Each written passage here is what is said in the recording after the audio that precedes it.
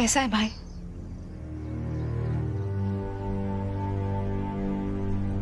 दोबारा हिम्मत भी कैसे की आपने यहाँ आने की?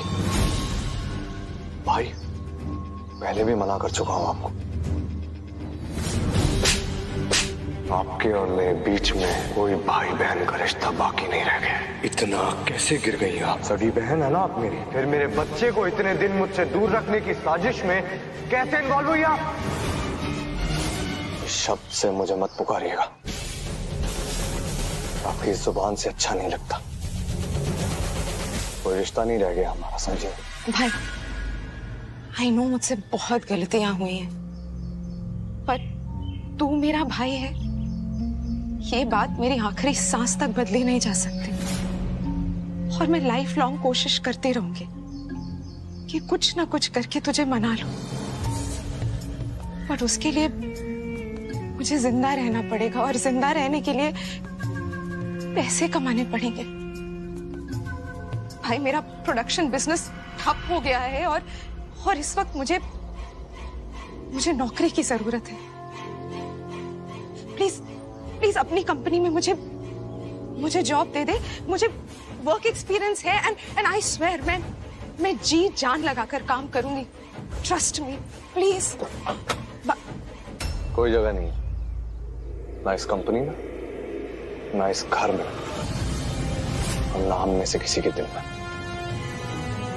कि चाहे जो हो जाए, डैड हमेशा उन्हें ही प्रोटेक्ट करते हैं, लेकिन उन्हें सपोर्ट करने के चक्कर में डैड इस हद तक चले जाएंगे,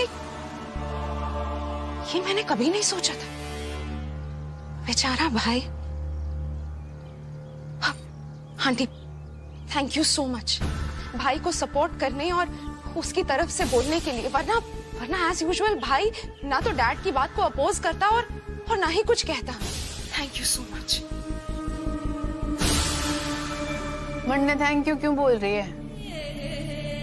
मैं तो थारे भाई को सपोर्ट करूंगी ना। तारा भाई हमारा दामाद जो है।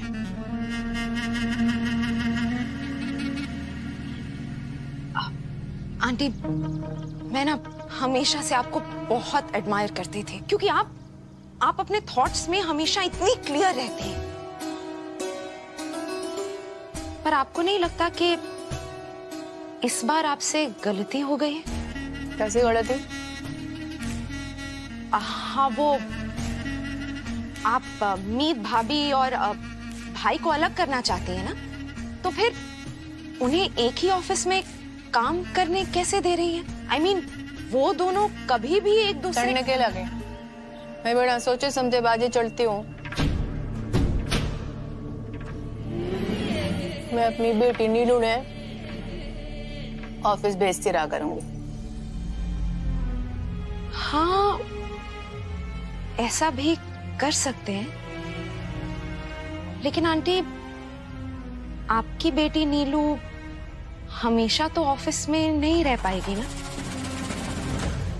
आंटी, यू डोंट नो, आजकल ऑफिस रोमांसेस और अफेयर्स का बहुत ट्रेंड है, और ये दोनों तो अपने नाम की तरह हमेशा से एक साथ ही रहे हैं।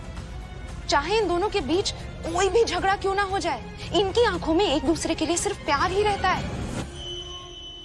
मुझे तो डर है कि कहीं ये दबा हुआ प्यार फिर से बाहर ना आ जाए, और ऑफिस में तो रोकने टोकने वाला भी कोई नहीं होगा। कई बार लड़खड़ाया हूं, लेकिन फिर खड़ा हो गया और फिर सीखा कि क्या नहीं करना है, और उसके बाद दौड़ा, और देखो आज कहां से कहां पहुंच गया। पर पापा जी, आपने हमेशा से पता था कि आपने अपने पैर बिजनेस में जमाने हैं, तो आपने तो पता ही था कि आप कभी ना कभी तो अच्छा कर ही लोगे। समझ सकता हूं बेटा जी, मैं जानता हूं कि ये काम तुम्हारे लिए नया है, लेकिन पूरी दुनिया में हर काम जो हम शुरू करना चाहते हैं वो नया हो, कितना भी अनजाना हो, लेकिन सफलता प्राप्त करने के लिए सिर्फ दो मंत्र हैं। एक, बहुत सारा हार्ड वर्क, और दूसरा, सीखने का जो हौसला होता है ना, वो होना चाहिए। और तुम्हारे अंदर जो कभी ना हार मानने वाला जुनून है, ये जुनून मुझे पूरा यकीन है कि तुम्हें ये काम भी बहुत आसानी से करवा लेगा। और बेटा, इस काम को ना तुम सिर्फ काम समझ के मत करना, इसे जिम्मेदारी समझ के करना। वो जिम्मेदारी जो तुम्हारे पापा ने तुम्हें दी। समझ रही हो ना?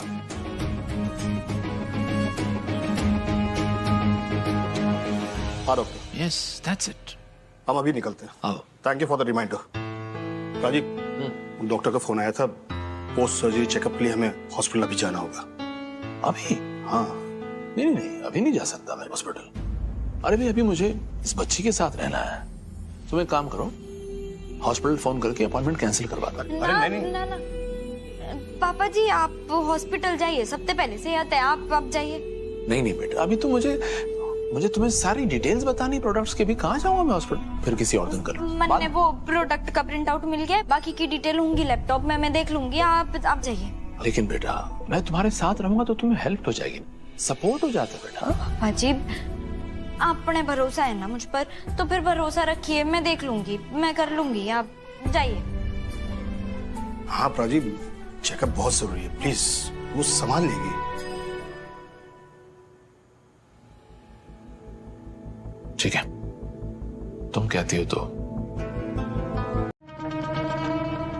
हमें इन्वेस्टर्स के साथ प्रोडक्ट मीटिंग जल्दी शुरू कर देनी चाहिए।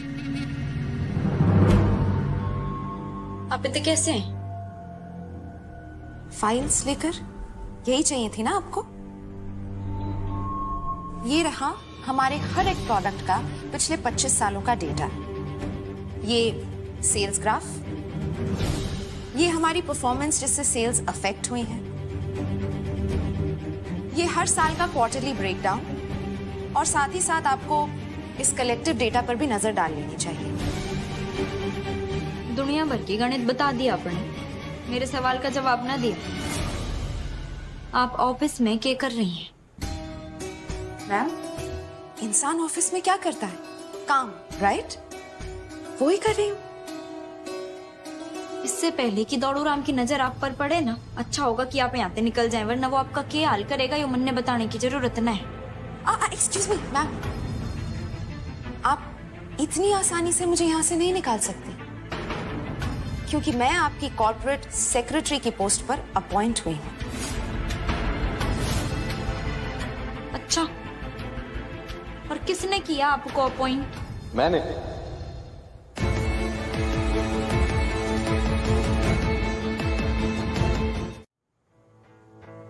एंड आई होप आपको इससे कोई प्रॉब्लम नहीं होगी। मैंने अपॉइंट किया इन्हें इस पोस्ट पर। तो ऐसा कैसे कर सकता है? मासूम भी ऑफिस का काफी काम जानती है। इनफैक्ट तुम्हें इनसे बहुत कुछ सीखने को मिलेगा, जिससे तुम ऑफिस में काम पर कंसंट्रेट कर पाओगे, ना कि अननेसेसरी ड्रामा पर। It will help, trust me.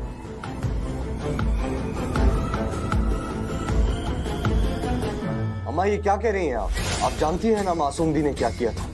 मासूम दी ने मानुषी के साथ मिलकर मेरे बच्चे को मुझसे छीन लिया था, और इसके बाद मैं उन्हें जॉब दे दूं? ये नहीं होगा अम्मा। सफलता की दौड़, मैदान में जंग और व्यापार में सफलता, दिल के लिए फैसलों से ना होते, उसके लिए दिमाग का इस्तेमाल करना पड़ता है। और आप अभी ना दिल से फैसले ले रहे हो। अम्मा, बात अभी सिर्फ उतनी सी नहीं है। मानती हूँ, मीत हुडा को भी तो इतनी तकलीफ होती होगी ना मासूम का नाम सुन के। बच्चा तो उसने भी खोया है, उसका दर्द भी आपके दर्द से कम ना होगा। पर इसके बाद भी उसने मासूम को अपने घर में जगह दी। सोचा है कभी क्यों किया उसने ऐसा? मीत हुडा खेल खेल गई दामाद जी।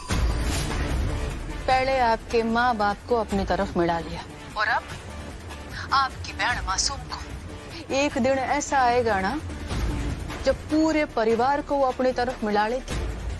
इसलिए कह रही हूँ कि उसे अपनी कंपनी में नौकरी दे दो।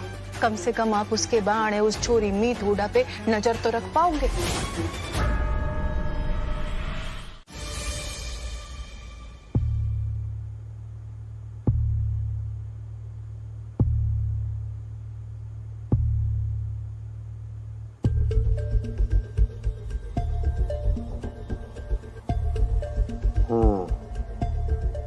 बड़ा विश्वास था डैड को इस लड़की पर। ये कंपनी बहुत आसानी से चला लेगी। फिर क्या हुआ? आज जो कुछ भी हुआ वो अच्छा नहीं हुआ। पर तुम्हें ऐसे दर्द और तकलीफ में घुलते हुए देखकर मुझे ऐसा लग रहा है कि जो कुछ भी हुआ ना वो अच्छा ही हुआ। क्योंकि अब तुम्हें समझ में आएगा कि हर रोज इस दर्द और इस तकलीफ के साथ मैं कैसे जीता हूं। अब तुम्हें समझ में आएगा कि जब आपके अपने लोग आप पर यकीन करना बंद कर देते हैं, आपके अपने लोग आप पर भरोसा करना बंद कर देते हैं, आपके लोग आप पर विश्वास करना बंद कर देते हैं, तो आपको कैसा लगता है। सोचो मीत, सोचो तुमने मुझसे क्या क्या छीना है।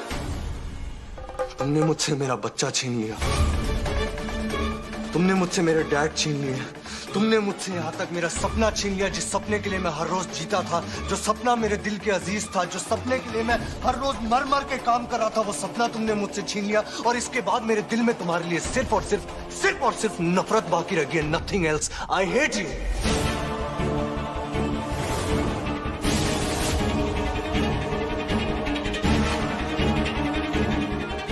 जिस कंपनी और जिस कुर्सी पर तुम आकर बैठ गई हो ना, वो मेरे डैड का सपना है। और उस सपने के साथ साथ उनकी इज्जत, उनका गुरूर है। और आज इस 25 मिनट की मीटिंग के बाद तुमने उनका सिर्फ सपना नहीं तोड़ा, बल्कि उनकी इज्जत, उनका गुरूर, उनका अभिमान, उनका नाम, उनकी पहचान, एक पल में सब कुछ मिट्टी में मिला दिया तुमने मीत।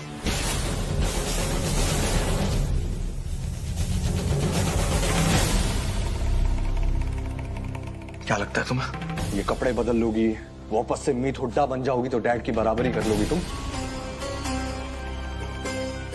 एक बात मैं तुम्हें अच्छे से समझा देना चाहता हूं मीत। मेरे डैड ने इस कंपनी को कड़ी मेहनत से खड़ा किया है। इस कंपनी के लिए एक एक ईंट जोड़ी है उन्होंने, खून पसीना एक किया है, महीनों महीनों तक अपने बच्चे, अपने परिवार से दूर रहे हैं वो, तब जाकर ये कंपनी खड़ी हुई है, समझी तुम? और तुम्हें लग रहा है कि 25 मिनट में जिस तरह तुम पिज्जा डिलीवर करती हो ये कंपनी संभाल लोगी, तो मैं इस बात का दावा करता हूं कि तुम इस कंपनी को संभालने के लायक नहीं हो।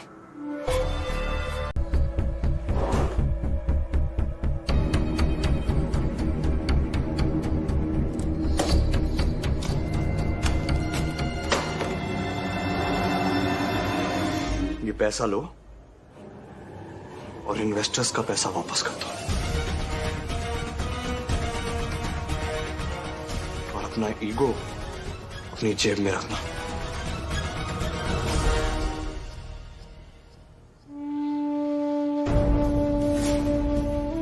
दो चाबियां इस ड्रॉअर की, एक मेरे पास रहेगी, एक तुम्हारे पास।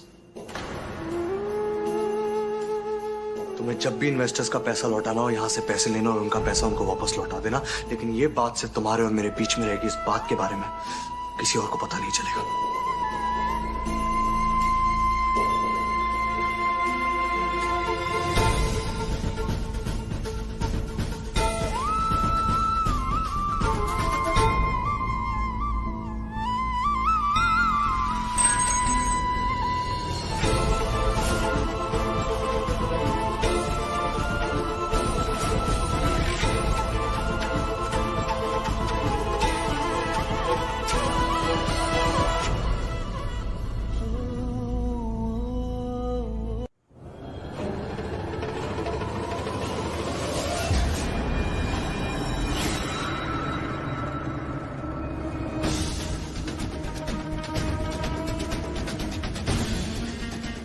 चलो अच्छा है, बर्फी आंटी को देने के लिए कुछ मसाला तो मिला, और जब मसाला उनके पास पहुंचेगा तभी तो कमाई होगी।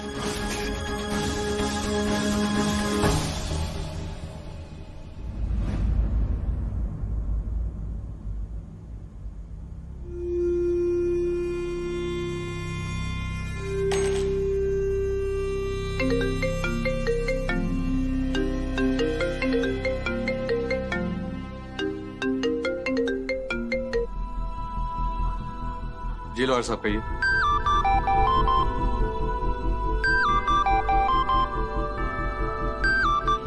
आपके डिवोर्स पेटिशन की सुनवाई कल दोपहर 2 बजे होगी।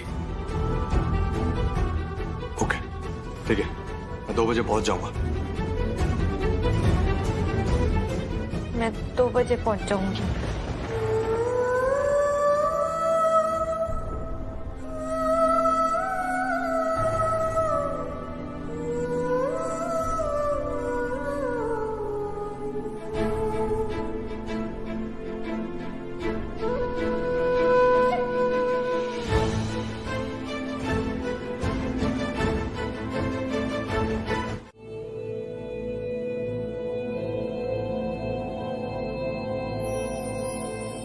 सुन छोरी,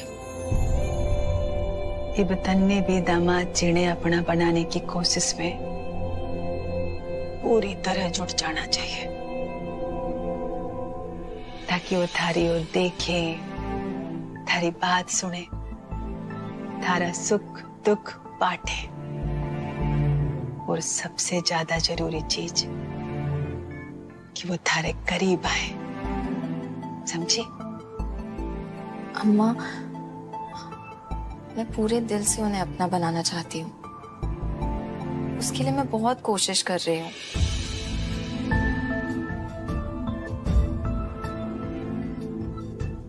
मगर अम्मा, मैं ये कैसे भूल जाऊं कि वो मीत हुड्डा से प्यार करते हैं। आज ऑफिस में जो हुआ उसके कारण ये सब बोल रही है ना? अरे मासूम ने दूर से देखा उन्हें, और दूर से देखी हुई चीज आंख का धोखा भी तो हो सकता है ना? हो सकता है अम्मा कि वो नजर का धोखा हो, मगर दिल तो कभी धोखा नहीं देता ना। जब भी मैं उन दोनों को साथ देखती हूँ ना, ऐसा लगता है जैसे कि मैं उन दोनों के बीच आ गई। ऐसा लगता है जैसे मीत अलावत के साथ मीत हुड्डा को होना चाहिए, मुझे नहीं। सौतन है वो थारी, और सौतन के साथ हमदर्दी ना की जाती। तरस खाना है ना, तो अपने ऊपर खा।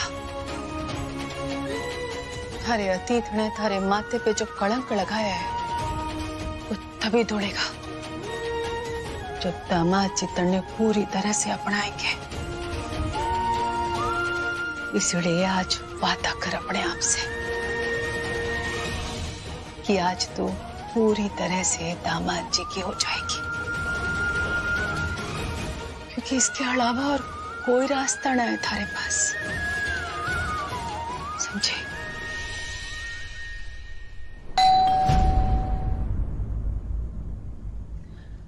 लगता है दामाद जी आ गए। जा।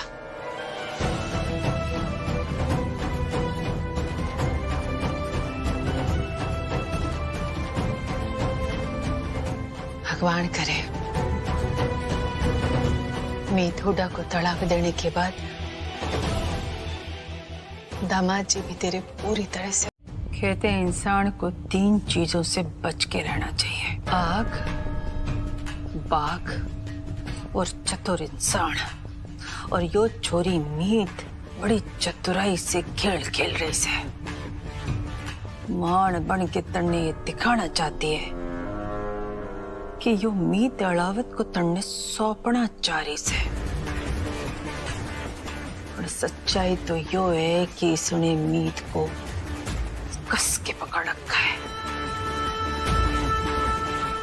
तो मीत अलावत की बीवी होने के नाते थारा ये फर्ज बनता है कि चाहे साम हो, दाम हो, दंड हो, भेद हो, कुछ भी अपना, लेकिन अपने पति ने हासिल कर, क्योंकि ये युद्ध है छोरी,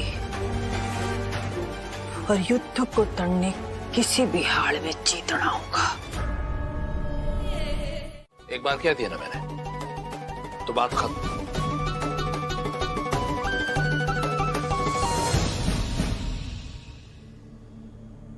भाई साहब, अच्छा तो यूं ही होता कि आप दामाद जी के साथ तीर्थ यात्रा पे जाते, पर आप भूल क्यों रहे कि बाप के 2 नहीं 3 बेटे हैं।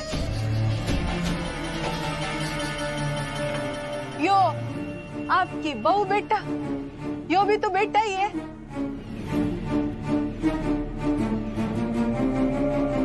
क्यों रे छोरी, लेके जाएगी ना अपने पापा जी ने तीर्थ यात्रा पे? ये जरूरी नहीं होता है कि हर इंसान की इच्छा उसके अनुसार पूरी हो। इस साल नहीं गए तो क्या हो गया, अगले साल चले जाएंगे।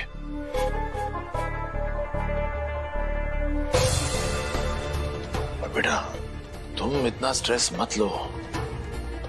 देखो पूरे बिजनेस का भार तुम्हारे कंधों पर है, तुम्हें वो सब संभालना है।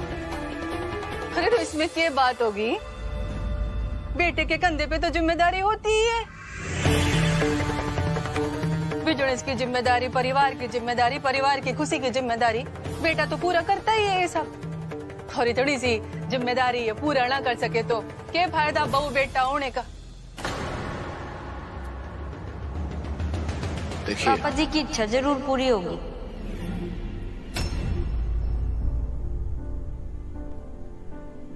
अगले महीने की पूनम पर ही आप तीर्थ यात्रा पर चलेंगे, मैं अपने लेकर जाऊंगी।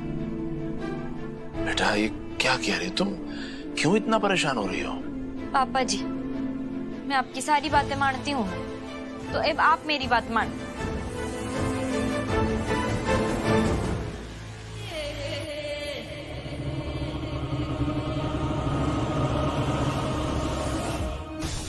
पर मारे होते हुए देखती हूँ कि तू कैसे पूरी करवाएगी बेटा बन के यो यात्रा। और जब तक तू इस काम में असफल होगी ना, तब तक मैंने भी तन्ने इस घर से बाहर भिगवाने का रास्ता ना निकाल लिया तो मारा नाम भी पर भी देवी नहीं। लीजिए बाहर जमा करवा दीजिए। आइए। जी मेरे पापा जी इस पूर्णिमा को देवी यात्रा को जाना चाहते हैं, यहाँ पे बुकिंग करना चाहते हैं, सारे फॉर्म मैंने भर दिए हैं। ये तो ठीक है, लेकिन वो कहाँ है जो उनको यात्रा करवाएंगे? इसमें तो किसी मीत का नाम लिखा हुआ। जी मैं ही मीत हूँ। आप उनकी बेटी? जी ना, मैं उनकी बहू हूँ, मैं उन्हें तीर्थ यात्रा पर ले जाऊंगी। यहाँ 7 सालों से काम कर रहा, आज तक जो मैंने देखा है बेटे ही अपने माता पिता को तीर्थ यात्रा पर लेके जाते हैं, लेकिन आज मैं पहली बार देख रहा हूँ कि एक बहू अपने ससुर को तीर्थ यात्रा पर लेकर जाएगी। पंडित जी मेरे पापा जी मन ने बहू बेटा मानते हैं, और फिर बहू लेकर जाए या बेटा, मतलब तो सिर्फ माता रानी के दर्शन थे ना।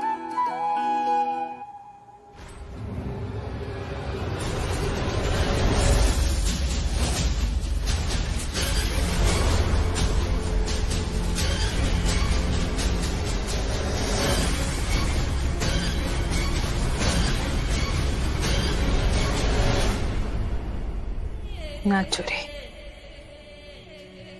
रीत तो ना बदलेगी। जानती हूँ कि काम को पता ना होता है कि उसे अंजाम देने वाला कौन है, और जिस काम का पीड़ा तूने उठाया है ना, उसे तो मैं पूरा ना होने दूंगी। मैं ये ना होने दूंगी कि बेटियां कभी बेटे की जगह ले सकती है।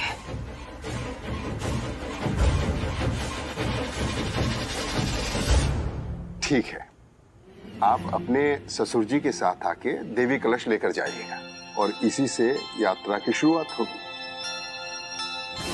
रजिस्ट्रेशन आज हुआ तो कलश भी आज ही लेना पड़ेगा, नहीं तो फॉर कैंसिल हो जाएगा और रजिस्ट्रेशन फिर से करवाना पड़ेगा। और इस साल ना भक्तों की भीड़ बहुत ज्यादा है, हो सकता है आपका नंबर दोबारा ना लगे। मैं पहुंच जाऊंगी। पापा जी ने साथ आना जरूरी है? वैसे यात्रा की इच्छा किसकी है ये बताइए। पापा जी की। तो फिर देवी कलश भी उन्हीं के हाथों में दिया जाएगा, इससे उनकी हर मनोकामना पूरी होगी। ग्रह नक्षत्रों के हिसाब से आज का दिन बड़ा शुभ है देवी कलश के लिए। ऐसी बात है तो फिर मैं पहुंच जाऊंगी पापा जी के साथ। कितने बजे आने? शाम को 5 बजे। ठीक है मैं पहुंच जाऊंगी, ठीक 5 बजे। 5 बजे न राज भाई साहब पहुंचेंगे और न तू।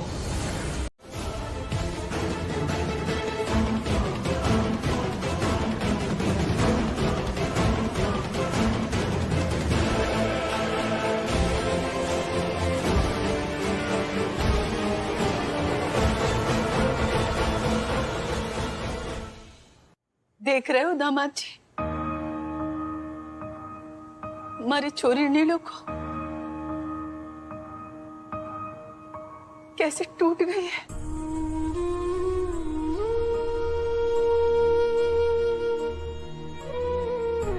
आंखें खोलो और देखो कैसे लड़ रही है अपने अकेलेपन से, और ऊपर से आपका तड़ाक भी लंबे समय के लिए टल गया।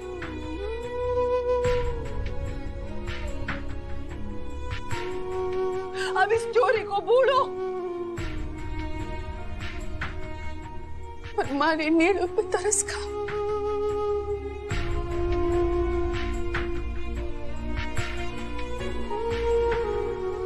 उसे उसका हक दे दो।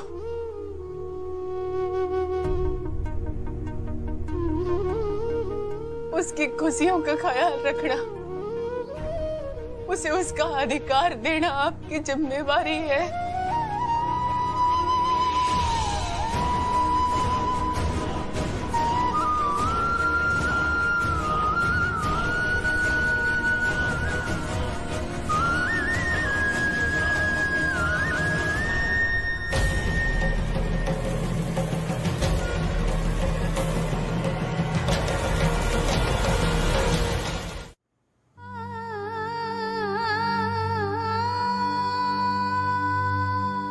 बुद्धि भ्रष्ट हो गई है थारी, पागल हो गई है।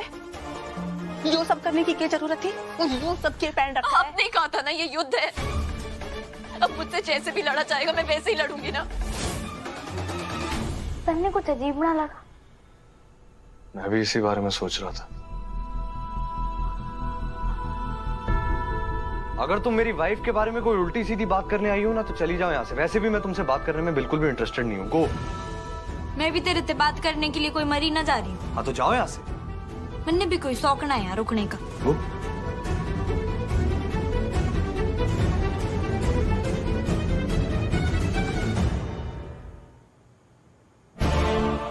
वैसे नीलम करना क्या चाह रही थी?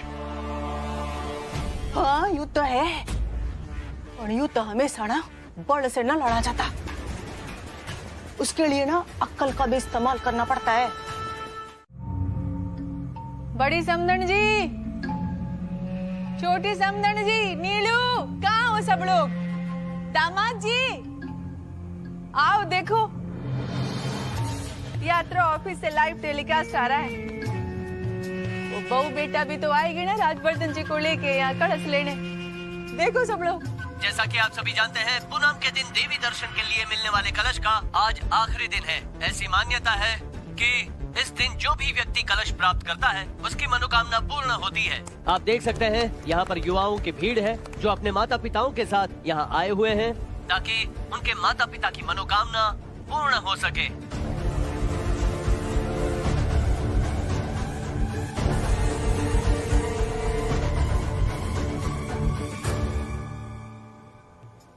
पंडित जी जरा देखिए आखिरी नाम किसका है, कौन बचा है बताइए। जी पंडित जी, बस एक नाम रह गया है, ये देखिए। मीत हुड्डा। जी पंडित जी। राजवर्धन अहलावत। ये जी। मीत हुड्डा, राजवर्धन अहलावत, आप आगे आएं और अपना कलश लेकर जाएं।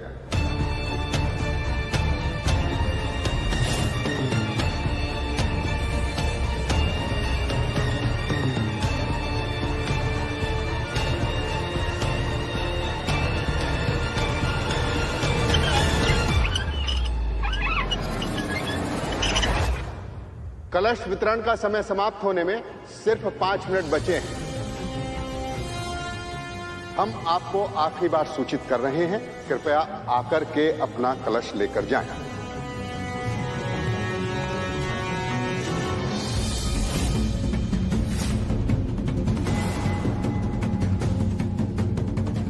अब कहाँ से आएंगे वो पंडित जी? पंडित जी, माँ बाप को कलश दिलाना ना छोरों का काम है।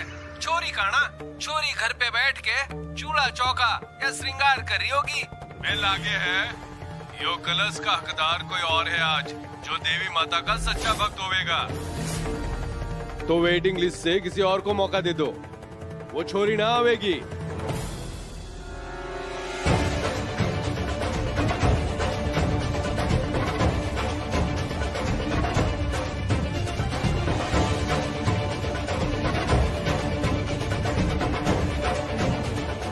आखिर कहाँ रह गए ये दोनों? मीत बहू राज को लेकर कलश लेने पहुंची क्यों नहीं अब तक? पहुंचेंगे कैसे? जिन चोरों को मैंने पट्टी पढ़ाई थी वो उसे वहां पहुंचने देंगे तब। वैसे पहुंच तो जाना चाहिए था उसे अब तक। कहीं ऐसा तो नहीं कि राजवर्धन जी के फर्ज के आगे उसे अपनी माँ का फर्ज याद आ गया हो और उन्हें छोड़ के वो अस्पताल चढ़ी गई हो माँ को देखने। नहीं नहीं, वो राज के साथ पहले कलश लेने ही जाएगी। हाँ होना तो ऐसा ही चाहिए। और उसका क्या भरोसा?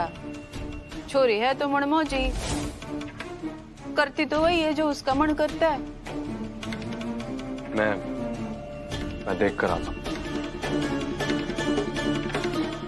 जैसा कि आप देख सकते हैं, इस बात की उम्मीद नजर नहीं आ रही है कि मीत हुड्डा अपने ससुर के साथ आज यहाँ समय पर पहुँच पाएगी और कलश प्राप्त कर पाएगी। ऐसे में ये स्थिति बनती है कि ये कलश किसी और को सौंप दिया जाए।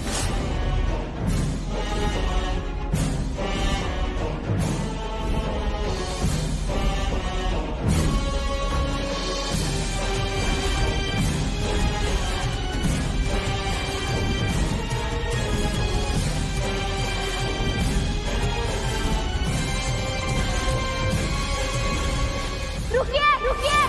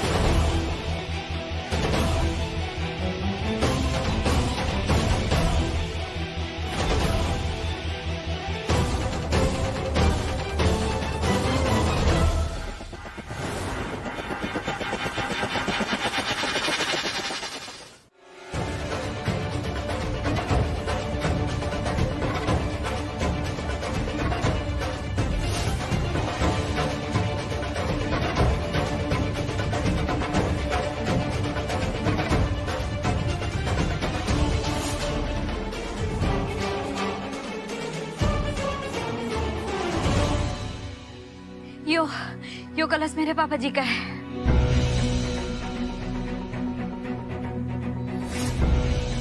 अरे के कमाल की छोरी से एकदम टाइम से लेके आ गई अपने पापा जी ने।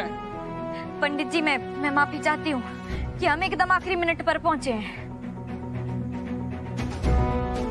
पर कुछ बदमाशों ने हमारी गाड़ी ने आगे बढ़ने से रोक दिया था।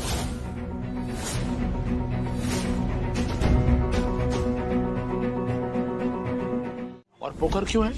क्योंकि खेलने वाले के चेहरे से पता नहीं चलना चाहिए कि उसके पास पत्ते कैसे हैं। तुम्हारे पास चाहे जितने भी कमजोर पत्ते हो, लेकिन तुम्हारे चेहरे से ये पता नहीं चलना चाहिए कि तुम्हारे पास कमजोर पत्ते हैं, क्योंकि जो सामने वाला खिलाड़ी है वो तो बहुत गौर से तुम्हारे चेहरे को पढ़ने की कोशिश कर रहा है, तुम्हारी आंखों में देख रहा है। तो तुम्हें अपने चेहरे पे कॉन्फिडेंस बना के रखना है और ऐसे दिखाना है कि अरे ये गेम तो मैं जीत ही जाऊंगी। इस गेम में जो पत्ते हैं ना वो बहुत ही सेकेंडरी है। मेन क्या होता है? तुम्हारा कॉन्फिडेंस, क्योंकि तुम्हारे पत्ते कैसे हैं सिर्फ तुम्हें पता है, सामने वाले को तो पता ही नहीं है। ये आधे तुम्हारे, ये आधे मेरे, ठीक है? अपने पत्ते दो।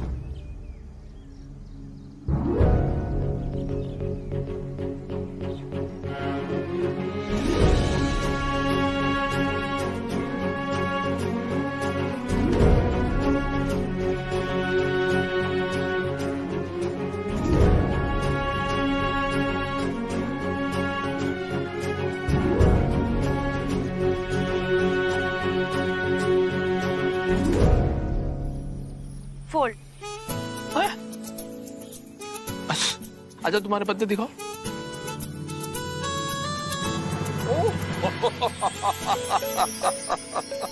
अरे तुम्हारे पास जो पत्ते हैं मुझसे कहीं ज्यादा बड़े हैं।